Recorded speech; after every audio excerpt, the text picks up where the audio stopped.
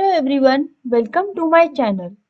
आज हम digital electronics का चैप्टर 7 स्टार्ट करेंगे, जिसका नाम है कंप्यूटर फंडामेंटल्स। इसमें सबसे पहला पॉइंट हम देखेंगे block diagram of computer. Block diagram of computer. There are 5 main blocks. First, input device, CPU यानी कि central processing unit, output device, address bus, data bus and auxiliary memory. तो ये 5 blocks को मिला के हमारा पूरा कंप्यूटर सिस्टम बनता है। यह है इसकी ब्लॉक डायग्राम, जिसमें आप देख सकते हो ये जो बीच में का रेक्टेंगल है यानी कि ये हमारा सीपीयू है। सीपीयू में 3 सिस्टम्स आती है, control unit, arithmetic logic unit यानी कि एएलयू, मेमोरी यूनिट।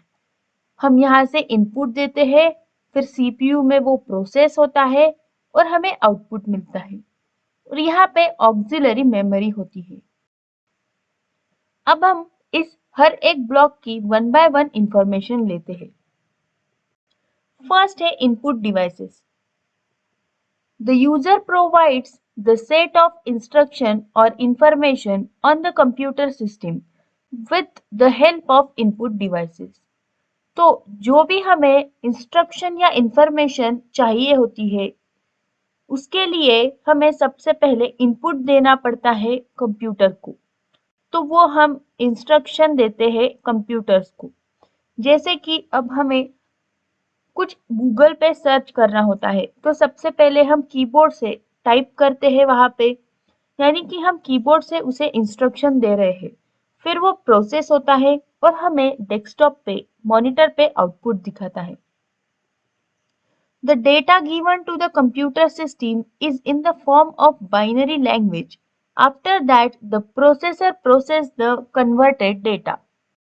तो जो भी हम डेटा यहाँ से इनपुट में दे रहे हैं, वो उस कंप्यूटर के सेंट्रल प्रोसेसिंग यूनिट को बाइनरी लैंग्वेज में पहुंचता है, और फिर वो उसे प्रोसेस करता है और हमें आउटपुट मिलता है। The input devices are the medium of communication between the outside world and the computer system. तो input devices एक communication medium है हमारे और इस कंप्यूटर सिस्टम के बीच में का। They are known as peripheral devices. तो ये जो input devices और output devices है, उनको हम peripheral devices भी कहते हैं। The following devices are normally used as peripheral input devices. तो अब यहाँ पे मैंने कुछ input devices दिए हैं जो कि हम commonly यूज करते हैं, और उसे peripheral input devices भी कहा जाता है। उसमें फर्स्ट है कीबोर्ड, जो कि मोस्ट कॉमन है, आप सभी को पता ही होगा कीबोर्ड किस तरह से दिखता है और कैसे हम उसको यूज करते हैं। दूसरा है पंच कार्ड्स। फिर है MICR, it is a magnetic ink character reader normally used in banking for processing the documents. Mouse, it provides XY coordinate to move the cursor over the screen. Light pen, it is a pen-shaped device used to determine the position of the image on the screen. Optical scanner, it is used to convert images, photographs and documents into computer data. तो ये कुछ input devices है जिसमें आपको keyboard, mouse, optical scanner ये पता ही होगा। Punch card एक ओल्ड डिवाइस है जो हमारी पंचिंग मशीन है उस टाइप में वर्क करता था। लाइट पेन यानी कि वो जो लेजर पेन जैसा होता है उस टाइप में। There are some important features of input devices which are given below. The input devices receive or accept the data or instruction from the user who exist in the outside world. These devices convert data or instruction into machine readable form for further processing. The input devices perform like the connection between outside world and our computer system. The keyboard and mouse are common examples of input devices. When the whole procedure is finished, we get the desired output from the output devices such as monitor, printer, etc. तो यहाँ पे एक short में पूरा process दिया है, features list out किए हैं इनपुट डिवाइसेस के, जिसमें इनपुट डिवाइसेस के जरिए हम हमारे कंप्यूटर को डेटा देते हैं, फिर वो प्रोसेस होता है और हमें आउटपुट मिलता है। तो यहाँ पे माउस कीबोर्ड जो हम commonly day to day life में यूज करते हैं वो इनपुट डिवाइसेस दिए हैं। सेंट्रल प्रोसेसिंग यूनिट यानी कि CPU, the control unit together with ALU and internal memory unit forms the central processing unit। तो सेंट्रल प्रोसेसिंग यूनिट 3 यूनिट्स से मिलके बनता है, जिसमें कंट्रोल यूनिट, ALU और इंटरनल मेमोरी यूनिट आता है। It is the main hardware where it performs logical and arithmetic operations। Central processing unit यानी कि सीपीयू जो है वो मेन पार्ट होता है इस पूरे कंप्यूटर सिस्टम में, जहां पे सारे ऑपरेशंस परफॉर्म होते हैं। इसमें सबसे पहला हम देखेंगे control unit. It is for controlling and the processing of instructions in CPU. The programme instruction when received from input, the instruction either a calculation or comparison, it is required to pass the data towards output. All we find that the control unit is designed to coordinate the representation, storage, and internal movement of instruction and data. Hence, it is nervous system of computer. तो control unit जो है वो control करता है और process करता है जो भी हम इंस्ट्रक्शंस उसको दे रहे हैं। और आपको याद रखना है कि कंट्रोल यूनिट को इस कंप्यूटर सिस्टम का नर्वस सिस्टम कहा जाता है। ये आपको फिल इन द ब्लैंक्स या एमसीक्यूज में आ सकता है। दूसरा है इंटरनल मेमोरी यूनिट।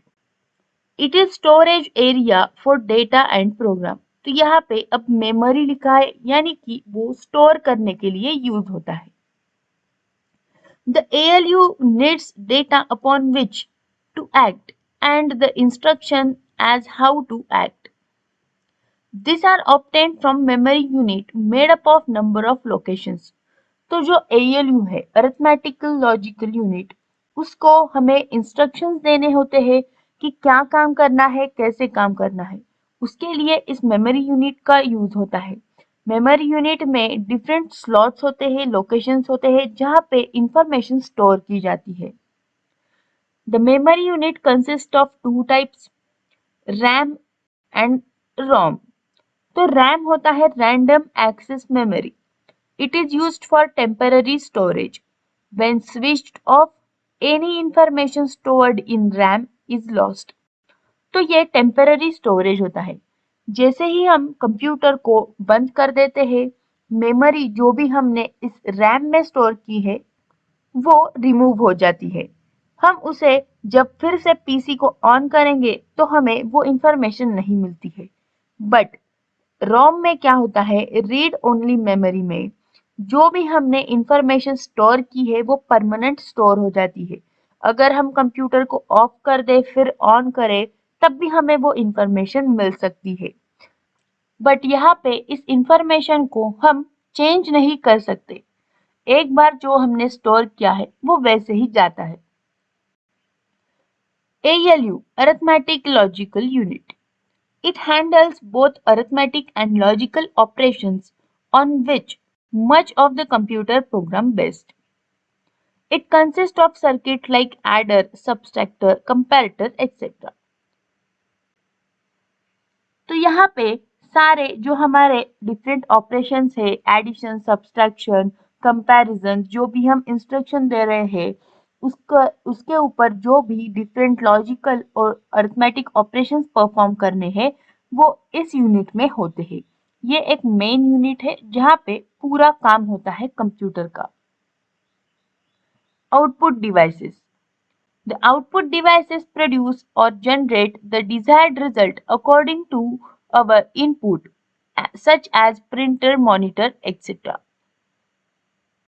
तो जो भी हमें रिजल्ट चाहिए होता है वो हमें आउटपुट डिवाइसेस के जरिए मिलता है। तो वो किस तरह से मिलता है? प्रिंटर से मिलता है, मॉनिटर से मिलता है, या फिर हमने कोई साउंड बॉक्स लगाया है तो साउंड के जरिए मिलता है, इस तरह से। These devices convert data into a human readable form from binary code. तो जो हम इंफॉर्मेशन देते हैं कंप्यूटर को, वो हम हमारे लैंग्वेज में जो हमें समझ में आती है, अल्फाबेट्स, नंबर्स, साइन, उसमें देते हैं। वो जब सीपीयू में जाता है तो वो बाइनरी फॉर्म में जाता है, वहां पे प्रोसेस होता है और फिर से उस बाइनरी फॉर्म को ह्यूमन रीडेबल फॉर्म में कन्वर्ट किया जाता है और हमें आउटपुट मिलता है।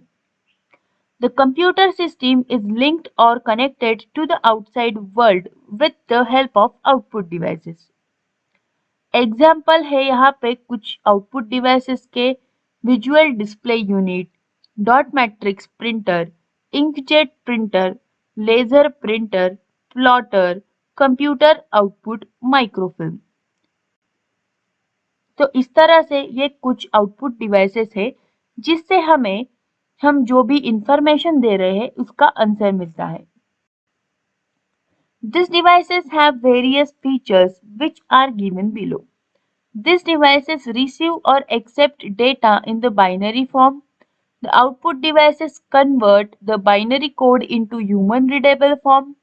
These devices produce converted result and show to user. तो जो भी इंफॉर्मेशन हमें देनी है उसको वो प्रोसेस करता है और बाइनरी को फिर से ह्यूमन रीडेबल फॉर्म में कन्वर्ट करके हमें दिखाता है। Address and data bus. The devices and CPU are interconnected with two groups of conducting wires called address and data bus. तो अब अभी तक हमने जो भी यूनिट्स देखे, यानी कि input devices, central processing unit, output devices, इन सब को कनेक्ट करने के लिए कुछ चाहिए होता है, जैसे कि हम वायर्स यूज करते हैं।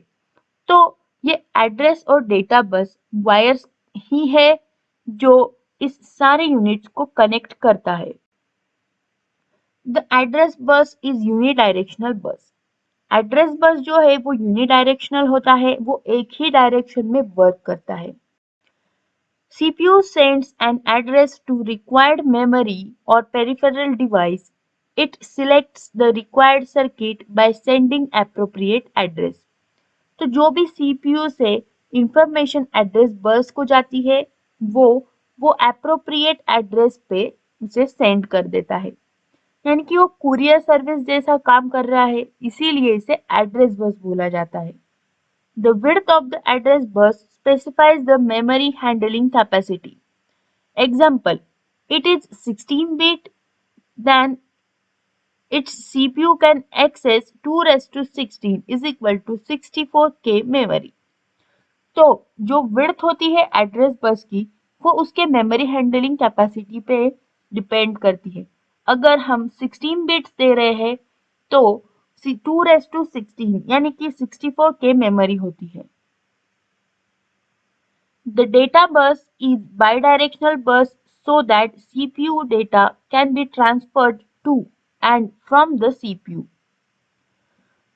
जो डेटा बस है वो बायडायरेक्शनल होता है, तो वो इंफॉर्मेशन सीपीयू से ट्रांसफर करता है और सीपीयू को लाके भी देता है, दोनों काम करता है। The data bus decides the CPU capacity. Example: 8 bit CPU, 16 bit CPU, 32 bit CPU etcetera. तो डेटा बस सीपीयू की कैपेसिटी डिटरमाइन करता है। Auxiliary memory unit. The internal memory of CPU has limited storage capacity. अब CPU में internal memory unit तो होता है, but हम उसमें कितना डेटा स्टोर कर सकते हैं, कुछ उसको लिमिट होती है, इसीलिए हमें एक्सटर्नल मेमोरी यूनिट भी लगाना पड़ता है। तो उसके लिए ही इस ऑक्सिलरी मेमोरी यूनिट को यूज किया जाता है। So, to provide better access and maximum storage, an auxiliary memory called secondary memory. It is always connected with CPU like hard disk. तो auxiliary memory शॉर्ट वर्ड में क्या है, तो वो हार्ड डिस्क है हमारी। तो इस तरह से ये सारे कंपोनेंट्स जो है, सारे ब्लॉक्स इस कंप्यूटर सिस्टम के वर्क करते हैं। जब हमने कंप्यूटर सिस्टम की जो ब्लॉक डायग्राम देखी थी, उसमें इनपुट डिवाइसेस और आउटपुट डिवाइसेस एक मेन पार्ट है इस पूरे कंप्यूटर सिस्टम का। तो इसमें हम आज इनपुट डिवाइसेस कौन से हम लगा सकते हैं कंप्यूटर को और वो कैसे फंक्शन करते हैं वो देखेंगे। An input device is essentially a piece of instrument or hardware that allows users to provide data, information, or control instructions to a computer used for interaction and control. तो input device एक ऐसा medium होता है हमारे और computer के बीच में का कि वो यूजर्स को अलाउ करता है कंप्यूटर को डेटा इंफॉर्मेशन प्रोवाइड करने के लिए, या फिर हम उस कंप्यूटर को कंट्रोल कर सकते हैं through instructions. Data is entered into a computer in a raw format which is converted into a computer understandable language by input devices. तो जो भी डेटा हम दे रहे हैं कंप्यूटर को वो हम हमारे लैंग्वेज में देते हैं, बट कंप्यूटर की लैंग्वेज अलग होती है। तो ये जो इनपुट डिवाइसेस है उनका काम ये होता है कि वो हम जिस लैंग्वेज में उनको इनपुट प्रोवाइड कर रहे हैं उसको वो कंप्यूटर के लैंग्वेज में कन्वर्ट करता है। Then processed by central processing unit to produce output, और फिर उस डेटा को सीपीयू को भेजा जाता है जहां पे उस पे प्रोसेस होती है और हमें आउटपुट मिलता है। In simple terms, an input device is a kind of peripheral device that helps communicate with processing unit of the computer. तो इनपुट डिवाइस एक ऐसा पेरिफेरल डिवाइस होता है जो हमें कंप्यूटर के प्रोसेसिंग यूनिट से कम्युनिकेट करने में मदद करता है। तो फर्स्ट इनपुट डिवाइस है कीबोर्ड, फिर आता है mouse, light pen, scanner, magnetic ink card reader यानी कि MICR, graphic tablet, microphone, optical character reader OCR, barcode reader, optical mask reader etcetera. यहाँ पे मैंने 10 इनपुट डिवाइसेस की लिस्ट दी है, पर इसके अलावा भी बहुत सारे इनपुट डिवाइसेस होते हैं। हम एग्जाम के पॉइंट ऑफ व्यू से कुछ ही इनपुट डिवाइसेस की पूरी डिटेल में स्टडी करेंगे। फर्स्ट है keyboard. Keyboard is the most common and very popular input device which helps to input data to the computer. Keyboard किस तरह से वर्क करता है आप सभी को पता ही होगा। कीबोर्ड के बिना तो हम कंप्यूटर को कोई इनपुट दे ही नहीं सकते। जो भी हमें टाइप करना होता है हम कीबोर्ड के थ्रू ही टाइप करते हैं। तो ये एक इम्पोर्टेंट और पॉपुलर डिवाइस है। The layout of the keyboard is like that of traditional typewriter, although there are some additional keys provided for performing additional functions. तो जो पहले टाइपराइटर यूज करते थे, टाइपराइटर के तरह ही ये कीबोर्ड भी होता है, बट यहाँ पे कुछ एडिशनल कीज होती है जो कुछ एक्स्ट्रा टाइप्स के फंक्शन परफॉर्म करती है। Keyboards are of two sizes, 84 keys or 101 or 102 keys. But now keyboards with 104 keys or 108 keys are also available for Windows and Internet. तो different types के keyboards आते हैं। जिस टाइप का आपका डिवाइस है यूज है उस टाइप के हम कीबोर्ड्स का यूज कर सकते हैं। Types of keys, typing keys, numeric keyboard, function keys, control keys, special purpose keys. तो यहाँ पे अपने कीबोर्ड पे जितनी भी कीज होती है उन सभी को अलग अलग नाम होते हैं। जैसे कि अल्फाबेट्स होते हैं तो वो एक अलग कीज है, नंबर्स के लिए न्यूमेरिक कीज बोलते हैं उनको, फिर कुछ फंक्शंस होते हैं अलग अलग तो वो फंक्शन कीज होती है इस तरह से। नेक्स्ट है mouse. Mouse is the most popular pointing device. It is a famous cursor control device having a small palm-sized box with a round ball at its base which senses the movement of the mouse and sends corresponding signals to the CPU when mouse buttons are pressed. Mouse एक ऐसा device है जो cursor के जरिए हम control करते हैं, यानी कि जब भी हम माउस को मूव करते हैं तो हमें हमारे डेस्कटॉप पे जो कर्सर है वो मूव होते दिखता है। तो उसी के जरिए हम किसी भी फोल्डर को पॉइंट आउट कर सकते हैं, ओपन करते हैं या फिर शट डाउन या जो भी हमें फंक्शन करना है माउस के जरिए करते हैं। ये एक हमारे हाथ के साइज का डिवाइस होता है जिसका बेस होता है वहां पे एक बॉल होता है, यानी कि हम जब माउस को उल्टा करते हैं तो वहां पे एक आपको लाइट दिखता है। वो लाइट यानी कि वहां पे एक बॉल होता है जो सेंसर के जैसे काम करता है और उसी की वजह से माउस की मूवमेंट इस प्रोसेसर तक पहुंचती है। Generally it has two buttons called the left and right button and wheel is present between the buttons. तो माउस में बेसिकली 3 बटन्स होते हैं जिसमें से 2 एक्चुअल बटन होते हैं और बीच में एक व्हील जैसा होता है। किसी किसी माउस में तीनों बटन्स होते हैं but most of the mouse में 2 बटन्स और एक व्हील होता है। A mouse can be used to control the position of the cursor on the screen but cannot be used to enter the text into the computer. ये position को control कर सकता है स्क्रीन पे बट हम इससे टेक्स्ट नहीं लिख सकते हैं कंप्यूटर पर। Easy to use, not very expensive, moves the cursor faster than arrow keys of the keyboard. ये बहुत ही easy to use डिवाइस है और चीप भी है और कीबोर्ड के मुताबिक हम माउस से कर्सर को फास्ट मूव कर सकते हैं। कीबोर्ड पे एरो कीज का यूज करके हम मूव कर सकते हैं बट उसकी स्पीड कम होती है as compare to mouse. Next है light pen. Light pen is a pointing device similar to a pen. तो इस फिगर में इस फोटो में आप देख सकते हो पेन जैसा ही होता है, इसीलिए इसे लाइट पेन कहा जाता है। It is used to select displayed menu item or draw pictures on the monitor screen. तो आजकल आप टैब वगैरह देखते हैं उसके साथ एक पेंसिल या पेन आता है, उस टाइप में ये होता है जिससे हम लिख सकते हैं, पिक्चर्स ड्रॉ कर सकते हैं या फिर कुछ सिलेक्ट कर सकते हैं। It consists of photocell and an optical system placed in the small tube. When the tip of the light pen is moved over the monitor screen and the pen button is pressed, its photocell sensing element detects the screen location and sends the corresponding signal to CPU. तो जब भी हम इस pen को screen पे रखते हैं और मूव करते हैं, जब हमें किसी ऑब्जेक्ट को सिलेक्ट करना होता है तब हम उसे वहां पे टैप करते हैं, प्रेस करते हैं, तो वो फोटो सेल जो है उस पेन का वो सेंस करता है, एलिमेंट को डिटेक्ट करता है और सीपीयू को करस्पॉन्डिंग सिग्नल भेजता है। नेक्स्ट है scanner. Scanner is an input device which works more like a photocopy machine.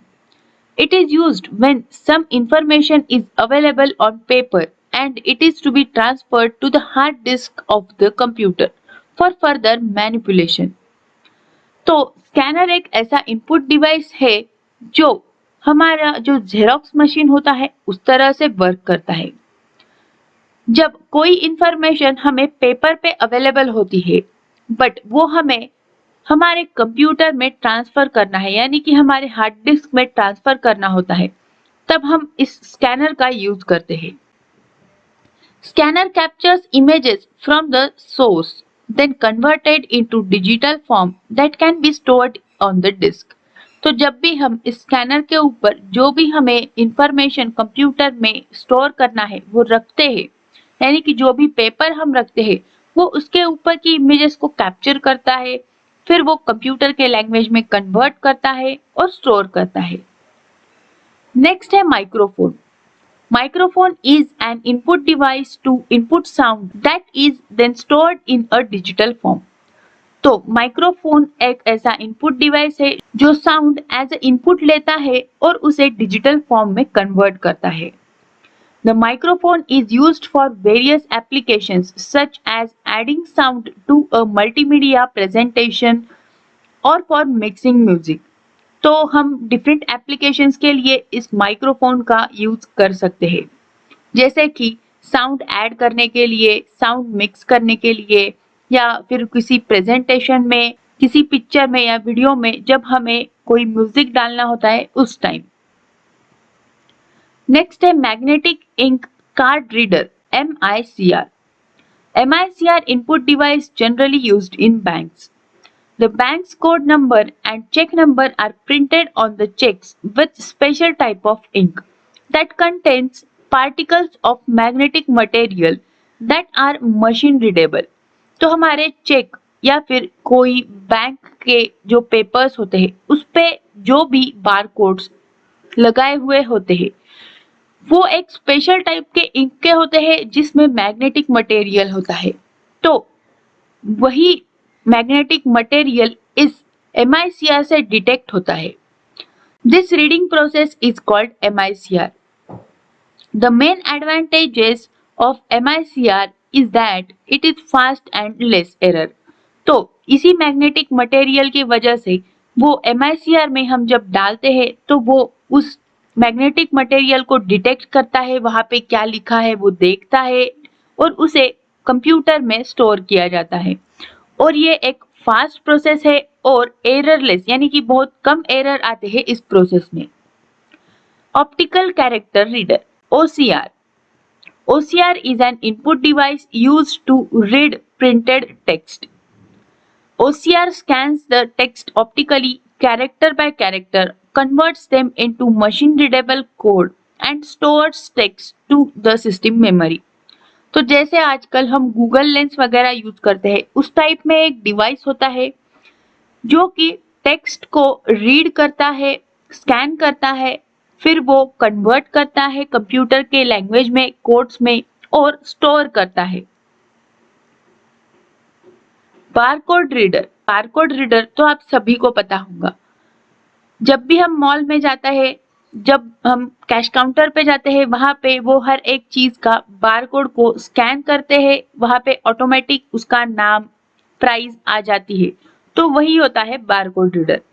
Barcode reader is a device used for reading barcoded data in the form of light and dark lines. तो वो barcodes किस तरह से होते हैं? कुछ dark lines होती है, कुछ लाइट लाइंस होती है, नंबर लिखा हुआ होता है नीचे, तो वो उसको रीड करता है। Barcoded data is generally used in labeling goods, numbering the books, etc. तो आजकल हर एक चीज पे बारकोड होता है।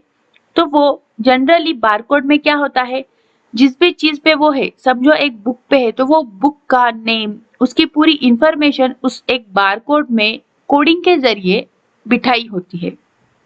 It may be handheld scanner और may be embedded in the stationary scanner.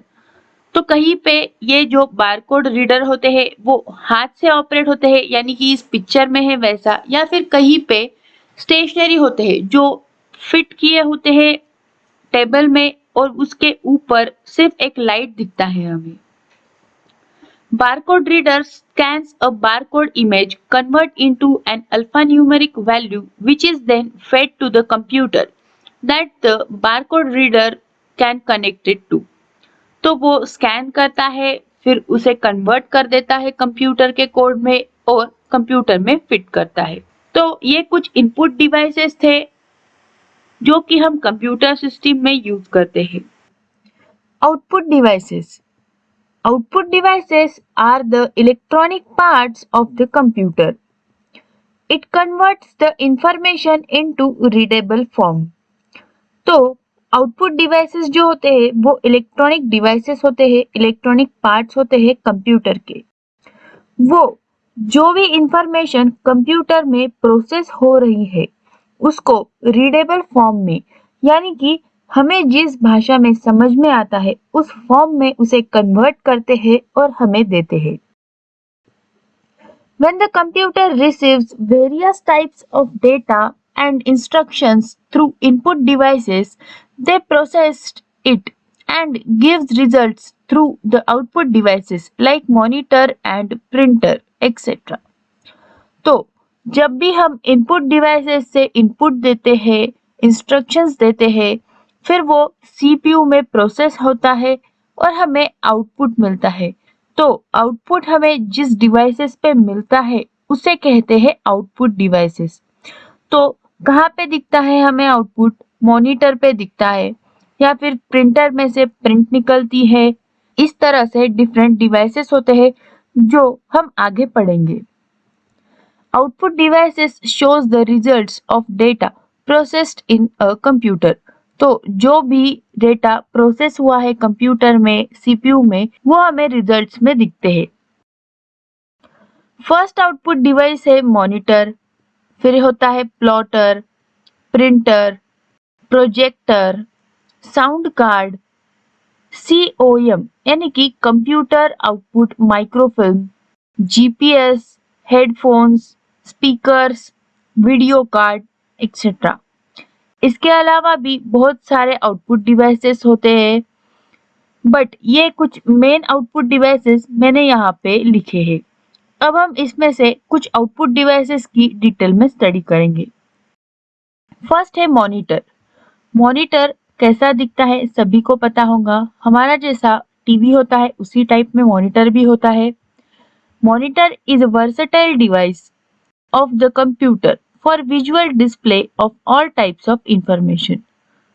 तो ये एक मेन पार्ट भी होता है कंप्यूटर का, और हम जो भी इंफॉर्मेशन कंप्यूटर को दे रहे हैं, जो भी वहां पे प्रोसेस हो रही है और हमें आउटपुट पे मिल रही है, वो सब हमें कंप्यूटर पे दिखता है, यानी कि मॉनिटर पे दिखता है।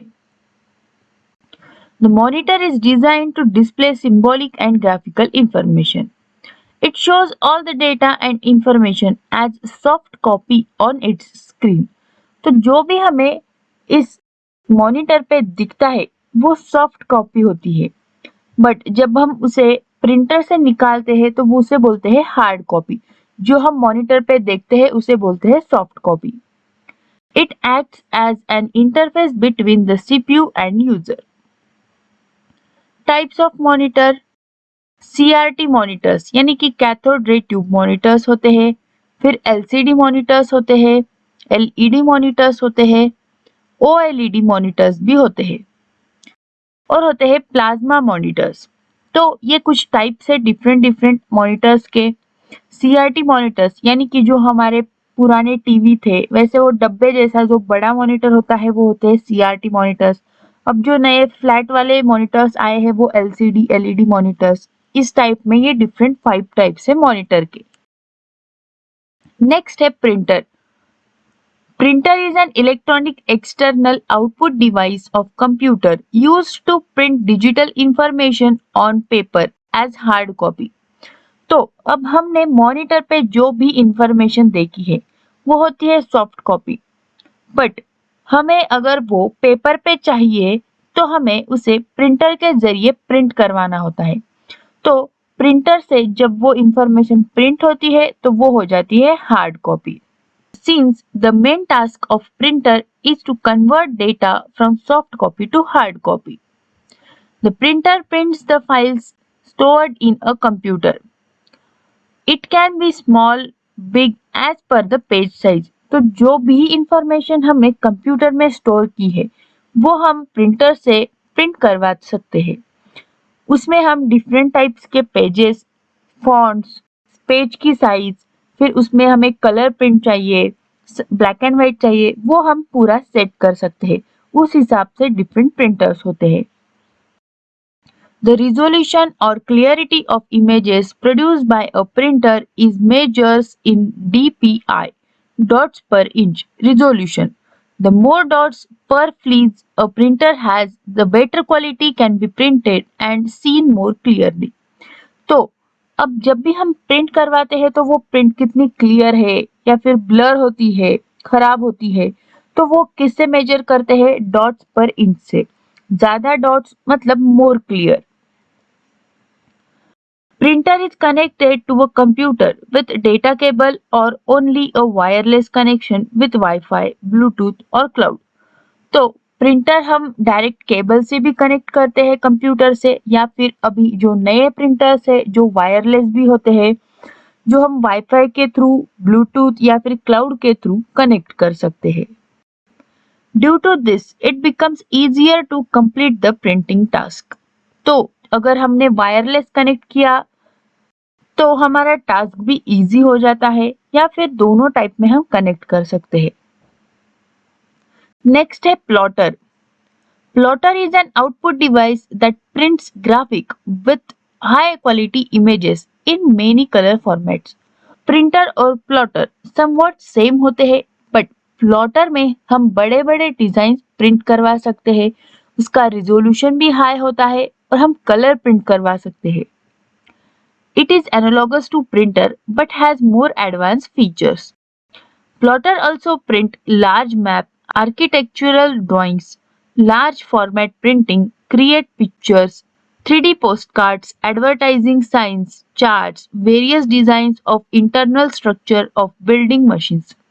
तो जो बड़े साइज के प्रिंट्स होते हैं जैसे बैनर वगैरह उस टाइप में सारे जो डिफरेंट प्रिंट्स होते हैं, आर्किटेक्चरल पिक्चर्स होते हैं, ड्राइंग्स होते हैं, तो वो सारे हम प्लॉटर से प्रिंट करवाते हैं. Plotter can be print on cardboard, fabric, film and other synthetic materials. Printer में सिर्फ हम पेजेस यूज करते हैं, बट यहाँ पे हम कार्डबोर्ड, फैब्रिक, फिल्म और अदर मटेरियल्स भी यूज कर सकते हैं. They are more accurate, faster with high resolution graphics. Pens are used to draw multicolor plotters using different color pens. The plotter is used to obtain high quality drawing graphs on large paper. Plotter is very expensive as compared to printer. तो ये expensive device है. Next है projector. As its name suggests, this output device projects computer images or videos onto a wall or a screen. अब projector सभी को पता होगा, आपके स्कूल में क्लासेस में प्रोजेक्टर होता है. तो हम क्या करते हैं, इसमें जो भी हमारे कंप्यूटर में सेव होता है वो हम लाइट रेज छोड़ के उसके जरिए हम वॉल पे या फिर एक बड़ी स्क्रीन होती है जैसे थिएटर्स में देखते हैं उस टाइप में हम देखते हैं. Typically used for presentation, watching movies or as a teaching aid, as they enable an entire room full of people to see images generated by a single computer. अब एक कंप्यूटर की स्क्रीन कितनी छोटी होती है, उसमें हम बहुत सारे लोग एक साथ नहीं देख सकते, इसीलिए हम प्रोजेक्टर्स का यूज करते हैं. प्रोजेक्टर के जरिए हम बहुत सारे लोग एक रूम में बैठ के एक साथ वो सब देख सकते हैं. It uses light and lens to produce magnified text, images and videos. तो जो भी इंफॉर्मेशन हमने मॉनिटर में सेव की है वो हम प्रोजेक्टर पे देखते हैं, प्रोजेक्टर के जरिए देखते हैं. तो वो किस तरह से देखते हैं, तो वहां पे मैग्नीफाइड ग्लास यूज किया होता है जो कि इमेजेस को, टेक्स्ट को एनलार्ज करता है और लाइट के जरिए वो हमें वॉल पे या हमने जो भी स्क्रीन लगाई है उस पे दिखाता है. Modern projectors usually connect to the computer via an HDMI, high definition multimedia cable और VGA, video graphic array cable. तो जो प्रोजेक्टर्स है वो हम HDMI या फिर VGA केबल से हमारे मॉनिटर को, कंप्यूटर को कनेक्ट करते हैं. Speaker. Speaker is a hardware output device connected with computer to produce the audios. Sound produced by computer speaker is made by hardware component whose name is a sound card that pre-installed with the computer. Speaker तो सभी को पता होगा. Speaker से हम जो भी sound computer में प्रोड्यूस हो रहा है वो सुन सकते हैं. तो इसमें क्या लगाया हुआ होता है, एक साउंड कार्ड लगाया हुआ होता है जो प्री इंस्टॉल्ड होता है कंप्यूटर के साथ. The speaker is inbuilt with motherboard is called internal speaker. आपके लैपटॉप में, कंप्यूटर में जो इनबिल्ट स्पीकर होता है उसे इंटरनल स्पीकर कहा जाता है. One can need an external speaker separately when producing the sound from the computer in more loud way. Computer का स्पीकर कुछ लिमिट तक ही हमें साउंड दे सकता है. अगर हमें ज्यादा लाउड साउंड चाहिए तो हम एक्सटर्नल स्पीकर्स लगाते हैं. Sound card. Sound cards are the output devices of computers that are installed inside a computer. To produce any computer's sound, You need a sound card, external or internal, inbuilt.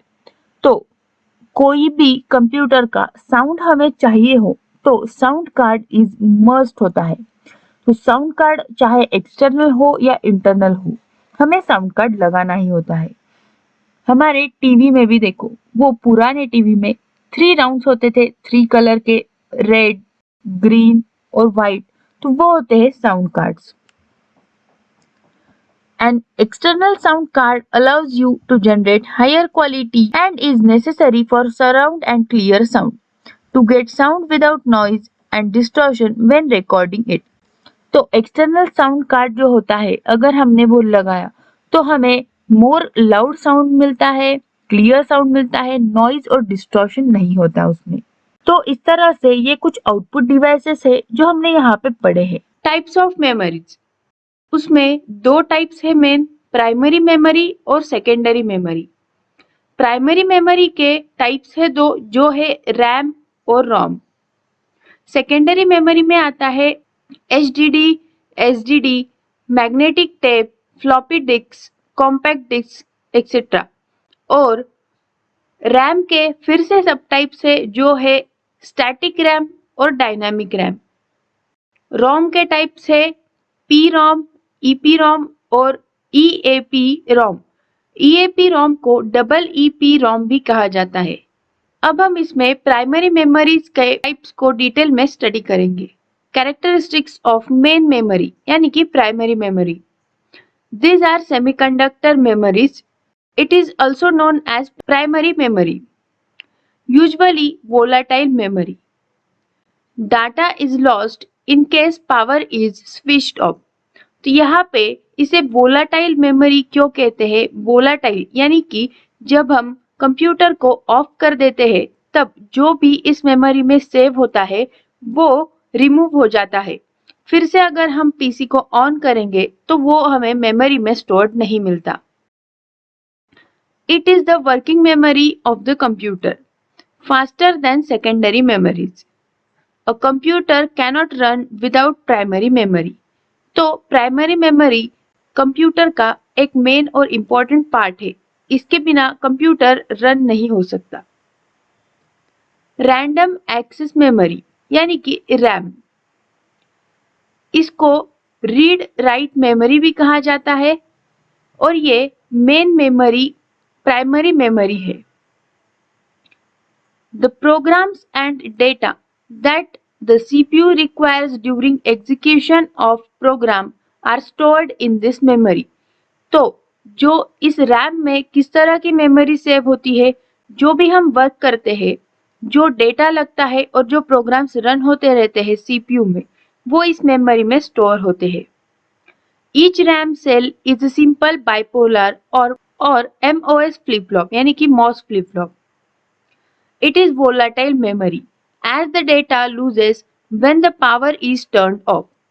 तो ये जो random access memory है यानी कि ये जो RAM है वो वोलाटाइल मेमोरी है।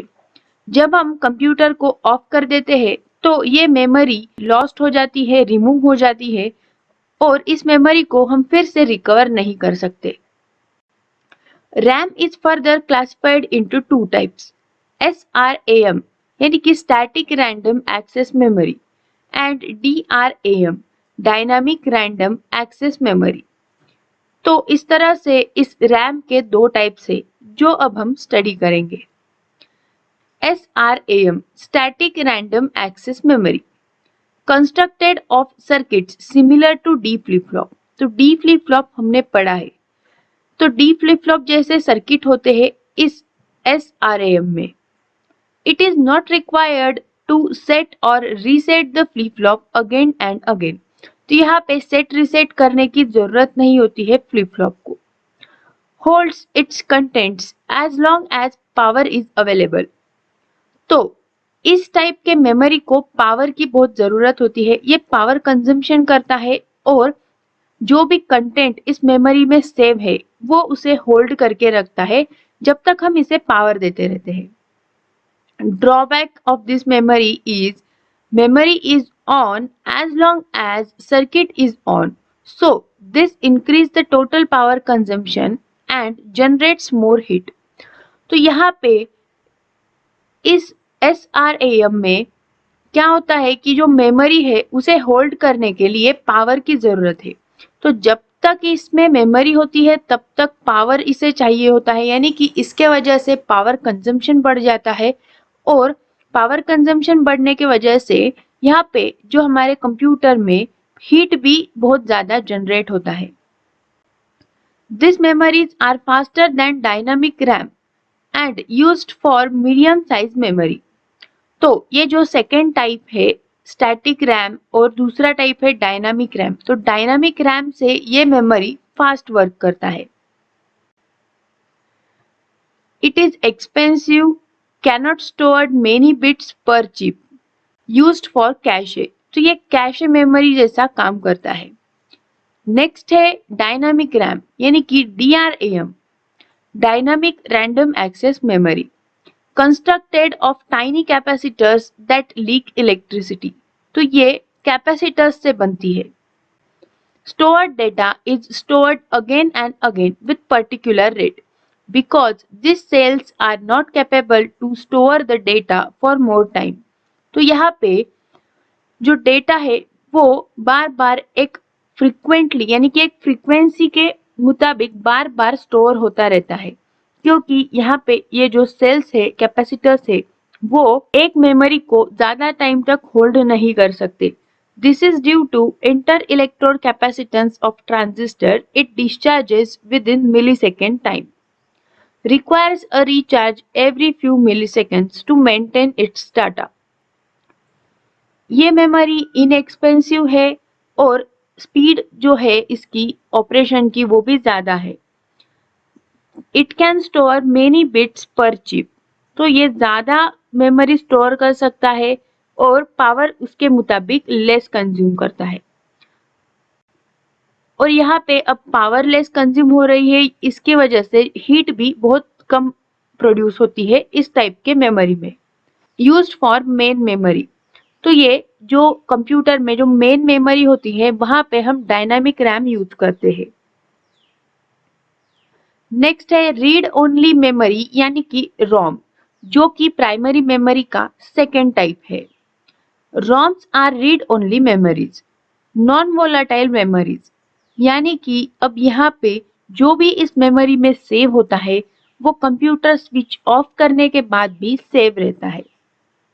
Because break in power supply does not lose its data, stores crucial information essential to operate the system like the program essential to boot the computer.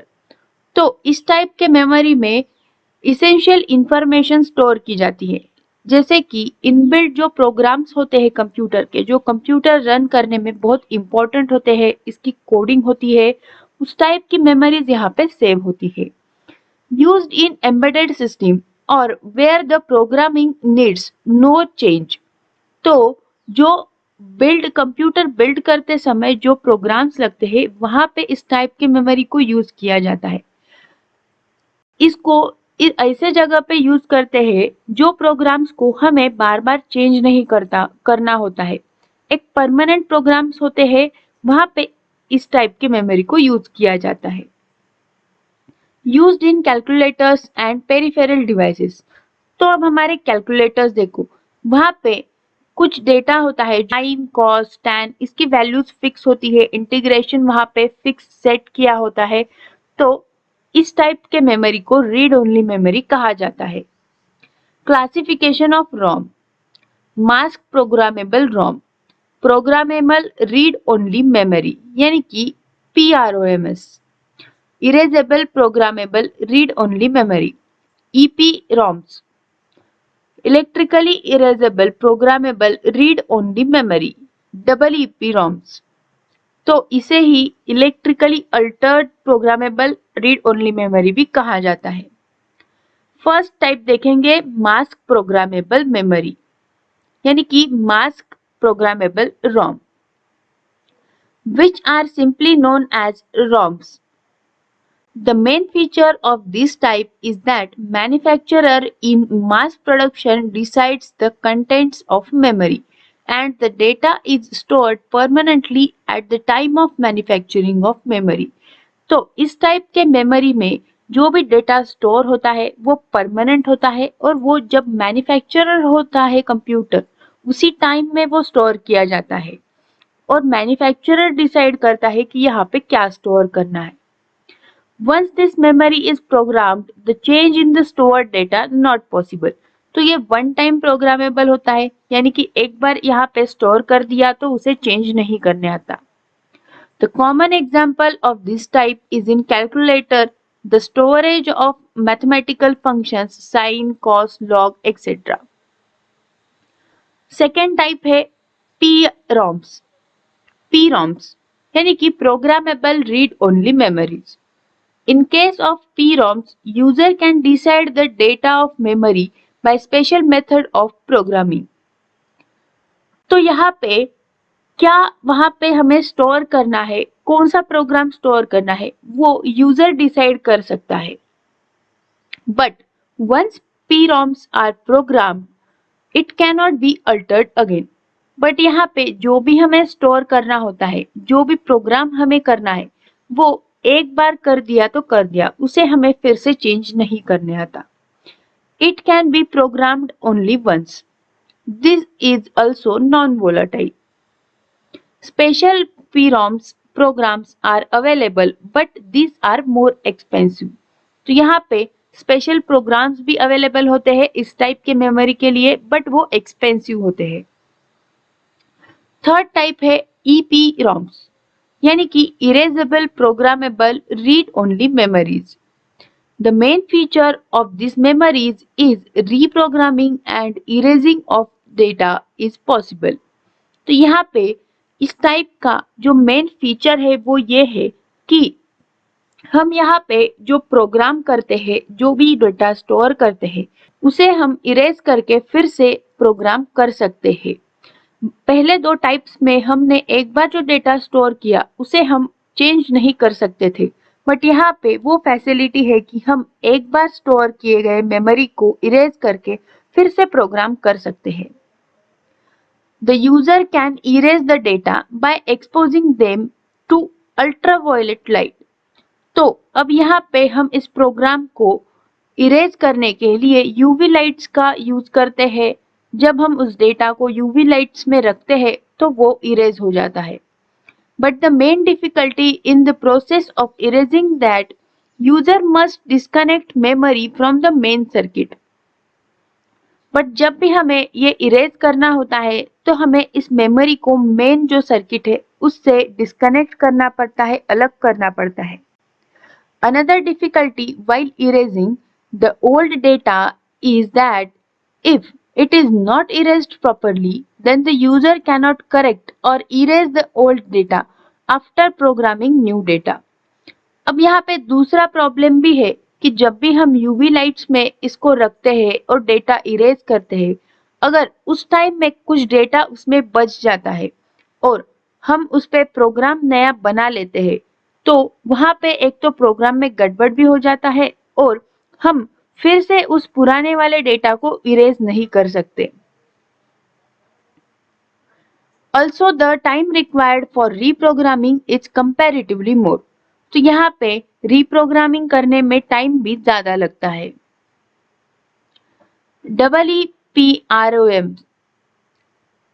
EEPROMs यानी कि electrically erasable programmable read only memories. इसे electrically altered programmable read only memories यानी कि EAPROMs भी कहा जाता है.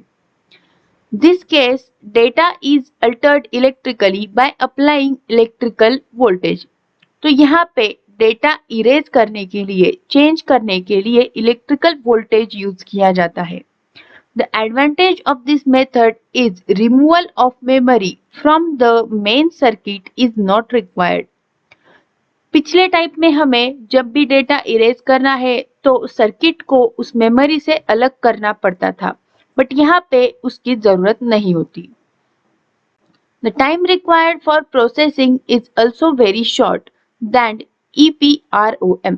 तो इसे टाइम भी कम लगता है. We can erase only portions of the chip. और इस टाइप में और एक एडवांटेज ये है कि जितना पोर्शन हमें इरेज करना है उतना ही हम इरेज कर सकते हैं।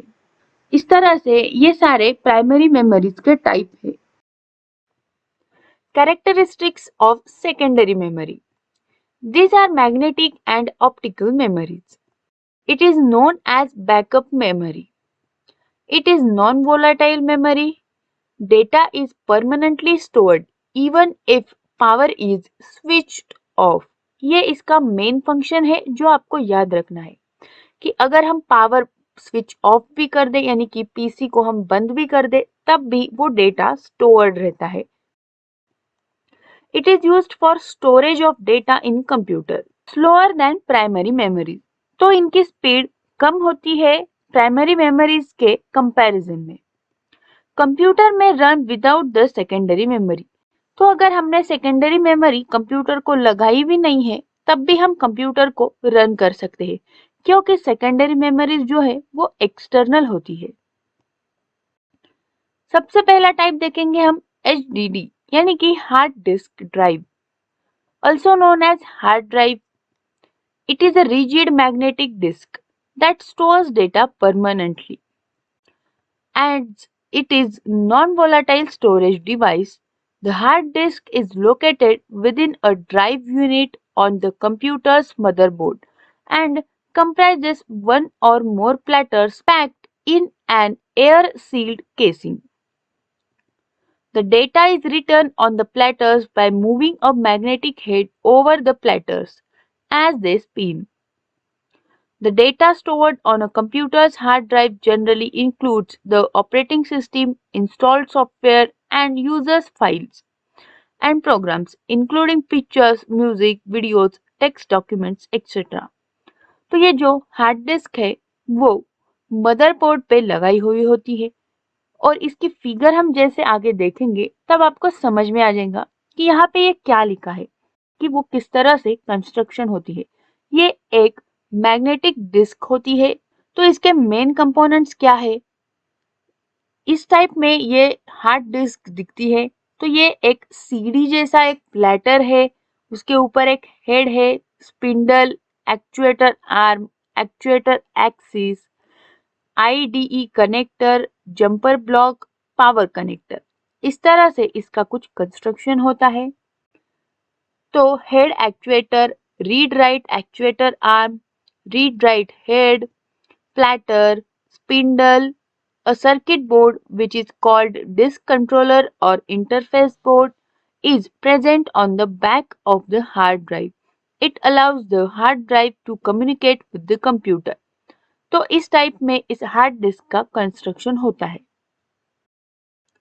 Advantages: large capacity, high speed, floating head avoids damage of surface, and disadvantages are costly, not handy. तो ये जो हार्ड डिस्क है वो हम मदरबोर्ड के वहां लगाते हैं तो इसकी कैपेसिटी भी लार्ज होती है, स्पीड भी ज्यादा होती है, बट जितने ज्यादा कैपेसिटी की हम लेते हैं उतनी उसकी कॉस्ट बढ़ती है और ये हैंडी नहीं होती।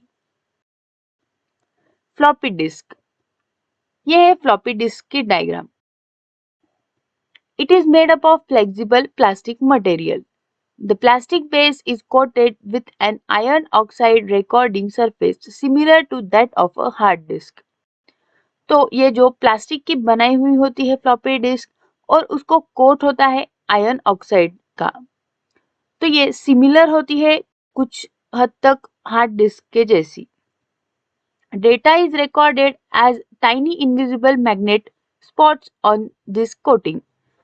तो ये जो डेटा इसमें भी हम रिकॉर्ड कर रहे हैं वो मैग्नेटिक स्पॉट्स के जरिए रिकॉर्ड किया जाता है। These are available in 3.5 inch, 5.25 inch, 8 inch diameters. तो ये इसके कुछ अलग अलग डायमेंशंस है जिसमें है अवेलेबल होती है।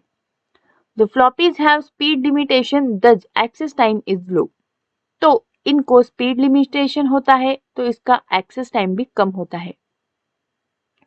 The flexible hard disk is enclosed within a square plastic or cardboard jacket, often referred to as cartridge. The jacket gives handling protection to the disk surface. Moreover, it has special liner that provides a wiping action to remove dust particles which are harmful for the disk surface and read write head. तो ये जो hard disk है वो एक square plastic में बंद होती है, यानी कि एक उसको कवर होता है स्क्वायर प्लास्टिक का, वो उसको प्रोटेक्ट करता है और उसके ऊपर एक वाइपर जैसा लगाया हुआ होता है जो कि धूल मिट्टी जो भी हार्ड डिस्क पे आती है वो उसको क्लीन करता है. The discs are mounted on the disk drive along with the jacket cover and information is written and read through aperture in the jacket. The cartridge can be very easily loaded and unloaded from the drive unit. तो ये हम easy load unload कर सकते हैं. Advantages: direct information encoding onto the disk, easily transportable, multipurpose, that is it is used for storage or input, relatively cheap, it can be reused many times like audio tape. तो हम इसके ऊपर जो भी हम डेटा सेव कर रहे हैं वो रिमूव करके फिर से भी हम उसको रीयूज कर सकते हैं. Disadvantages: floppy disks are to be handled carefully. Adverse environmental conditions such as heat, dust, humidity, etc. easily damage them. तो ये डैमेज बहुत जल्दी हो जाती है तो हमें बहुत ही केयरफुली इसको हैंडल करना होता है. नेक्स्ट है मैग्नेटिक टेप. तो मैग्नेटिक टेप की डायग्राम कुछ इस तरह से होती है जिसमें एक रिकॉर्डिंग हेड होता है, मैग्नेटिक टेप होता है और एक कॉइल होती है जो उस रिकॉर्डिंग हेड को बंधी हुई होती है. It is a sequential access memory used for large data storage and interchange. It is non-addressable memory. Each record is shared one after the other in sequence. तो ये एक sequential access memory है. Sequential क्यों बोला है? हमारा जो tape होता है, जो हमारे पुराने टेप रिकॉर्डर थे, उसमें एक हम कैसेट डालते थे, तो वो ये होती है मैग्नेटिक टेप. तो उसमें हम डायरेक्ट अगर हमें फोर्थ गाना प्ले करना है तो फोर्थ नहीं प्ले कर सकते, हमें फर्स्ट से लेके ऐसे फॉरवर्ड करते करते फोर्थ तक जाना पड़ता है. तो हम किसी भी गाने पे डायरेक्ट जंप नहीं कर सकते, 1 से लेके 4 पे जंप नहीं कर सकते, तो हमें 1 2 3 4 सारे देखने पड़ते हैं. तो इसीलिए इसे सिक्वेंशियल एक्सेस मेमोरी कहा जाता है. When particular record is to be accessed, it accesses the whole previous record serially till it reaches the desired record. जो मैंने अभी बताया. Due to this access method of magnetic tape, it takes long time as compared to other storage devices, resulting in low speed operation. तो इसी वजह से हमें इसको ऑपरेट करने में भी टाइम बहुत ज़्यादा लगता है और इसकी स्पीड भी लो हो जाती है. It has plastic tape with ferromagnetic coating. तो इसमें प्लास्टिक का टेप होता है जो आपने देखा होगा, उसको फेरोमैग्नेटिक कोटिंग होती है. The data is stored with the help of recording head just like audio tape recorder. The information is stored by polarizing magnetic lines. The orientation of magnetic pole varies with 0 and 1. The information is stored in terms of codes like ABCD and the tape can be used for read write for number of times like an audio cassette. तो ये हमारी जो audio cassette होती है उसके ही जैसा होता है, बहुत ही सिमिलर होता है मैग्नेटिक टेप और वर्किंग भी बहुत सिमिलर होती है. Advantages: magnetic tape can be used for recording many times. It is economical and can hold information for very long time. Maximum storage capacity. Disadvantages: the operating speed is slow because it has sequential access. Heat, dust or physical content affects them. It requires complex mechanism for drive. तो magnetic tape में हम बहुत time तक कोई भी information store करके रख सकते हैं और हम इंफॉर्मेशन को चेंज भी कर सकते हैं. तो ये इसके एडवांटेजेस है, बट ये धूल मिट्टी से बहुत जल्दी फिजिकल एटमॉस्फेरिक कंडीशन से बहुत जल्दी इफेक्ट हो जाती है और डैमेज भी हो जाती है. सॉलिड स्टेट ड्राइव यानी कि एसएसडी. SSD कुछ इस तरह से दिखती है जो कि हमारे कंप्यूटर्स में होती है.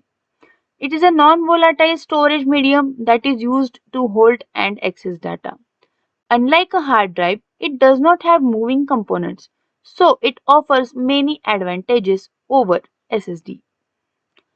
तो हार्ड ड्राइव जो होती है उसमें मूविंग कंपोनेंट्स होते हैं जिसकी वजह से डैमेज हो सकता है इंटरनल पार्ट्स, बट एसएसडी में ऐसा कुछ नहीं होता है. हार्ड ड्राइव के बदले में हम एसएसडी यूज करें तो बहुत बेनिफिशियल होता है, such as a faster access time, noiseless operation, less power consumption and more.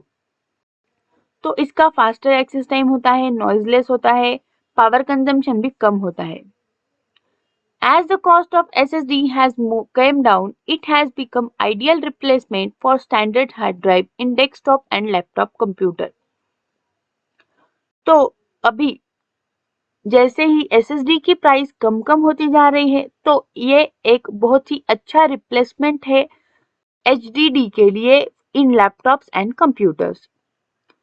It is also suitable for notebook, tablet and don't require lots of storage. तो हम हमारे कंप्यूटर या डेस्कटॉप में ही यानी कि लैपटॉप में ही हम यूज नहीं कर सकते तो हमारे नोटबुक्स, टैबलेट्स में भी हम इसे यूज कर सकते हैं. CD ROM, compact disk read only memory. तो CD इस तरह से, ये तो हमें सबको पता है कि CD क्या होती है. Advanced version of floppy disk having very large storage capacity. Compact disk is a portable secondary storage device in the shape of round medium disk. यहाँ पे कोई भी ऐसा नहीं होगा जिसने CD देखी नहीं है या यूज नहीं की है. तो ये एक राउंड शेप में होती है, शाइनी होती है और हम इसको पीसी में डाल भी सकते हैं, निकाल भी सकते हैं. It is made up of clear polycarbonate plastic substrate, a reflective metallic layer and clear coating of acrylic plastic. तो ये पॉलीकार्बोनेट प्लास्टिक की बनी होती है, मेटेलिक लेयर होता है जो रिफ्लेक्टिव होता है, जो शाइन करता है, और clear coating of acrylic plastic. Commonly used for audio video recording just like audio और वीडियो कैसेट. तो हम most of the time series को मूवीज देखने के लिए, सॉन्ग्स के लिए ही लेते हैं. The main feature of CD is that it is recorded by a special technique in the form of binary codes. The recording of audio songs, video films are done at the time of manufacturing by laser method. तो इसमें जो भी information store है वो binary codes में होती है और लेजर मेथड से इसमें ये सारी इंफॉर्मेशन स्टोर की जाती है. The user can read it by means of CD player, hence named as read-only memory. तो हमें इस CD में जो भी इंफॉर्मेशन है वो जब भी यूज करनी है, देखनी है, सुननी है तो हमें उसके लिए CD प्लेयर का यूज करना पड़ता है और इसीलिए इसे CD ROM यानी कि CD रीड ओनली मेमोरी कहा जाता है क्योंकि हम उसे सिर्फ रीड कर सकते हैं, देख सकते हैं, चेंज नहीं कर सकते.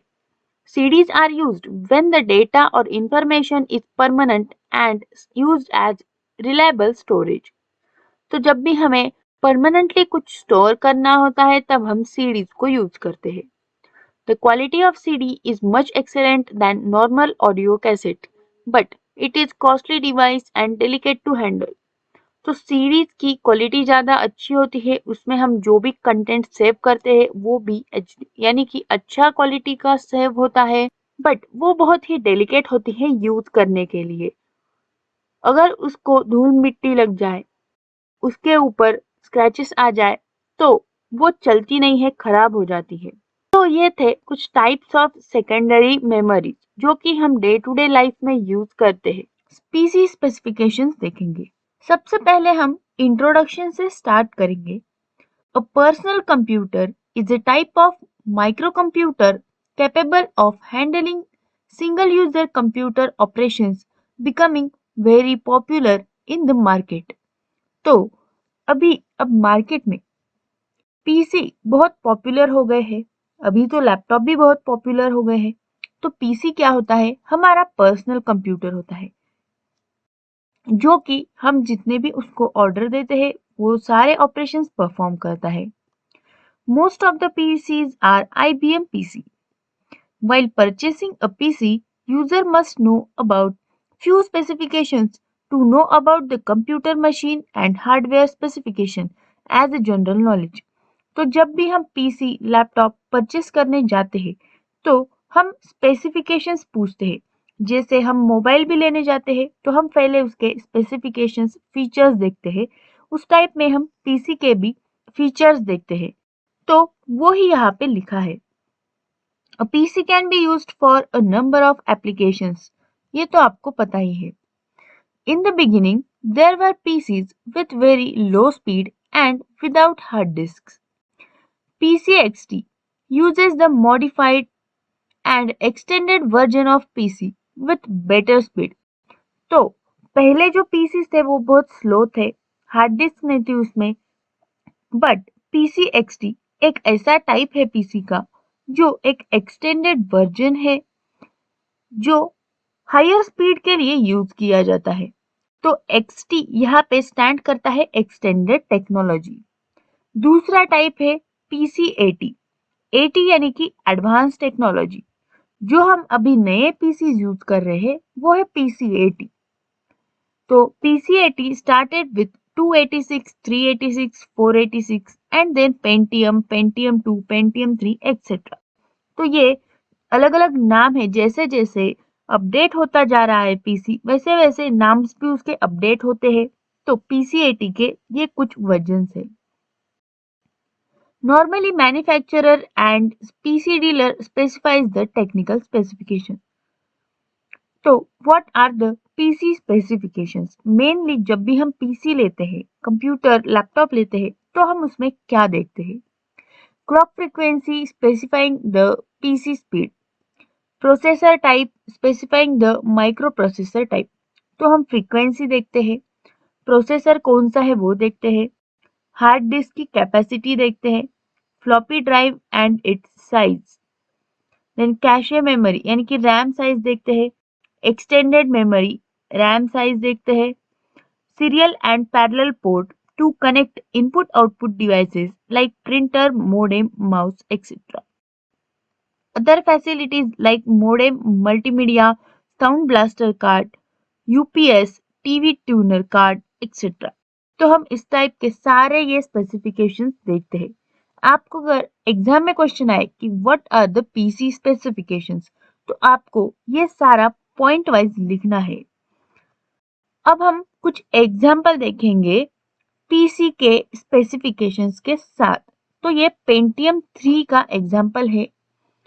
Intel Pentium 550 megahertz processor, Intel 810 chipset motherboard, 32 MB RAM, 512 KB cache, 15 inch SVGA colour monitor, 1.44 MB floppy disk, 8.4 GB hard disk, CD-ROM drive and speaker, internal modem, AGP card and sound card, 1 kVA UPS uninterrupted power supply. तो ये Pentium 3 के specifications है। जब भी PC specifications का question आएगा तो आपको पहले कुछ इंट्रोडक्शन में एक दो लाइंस लिखनी है, फिर सारे पीसी स्पेसिफिकेशंस पॉइंट वाइज लिखने हैं और उसके बाद एक एग्जाम्पल देना है किसी भी एक पीसी के स्पेसिफिकेशन के साथ। तो ये एग्जाम्पल है। नेक्स्ट है PC 486। उसका है Intel DX266 megahertz processor, Intel motherboard, 8 MB RAM, 256 KB cache, 14 inch VGA monitor, 1.44 MB floppy drive, 540 MB hard disk, 1 kVA servo stabiliser. इस तरह से पीसी स्पेसिफिकेशन के बारे में आप लिख सकते हो। अगर आपको इसमें कुछ भी डाउट्स या क्वेरीज है तो आप कमेंट सेक्शन में जरूर पूछें। इस वीडियो को लाइक करें, शेयर करें और चैनल को सब्सक्राइब भी जरूर करें। Thank you.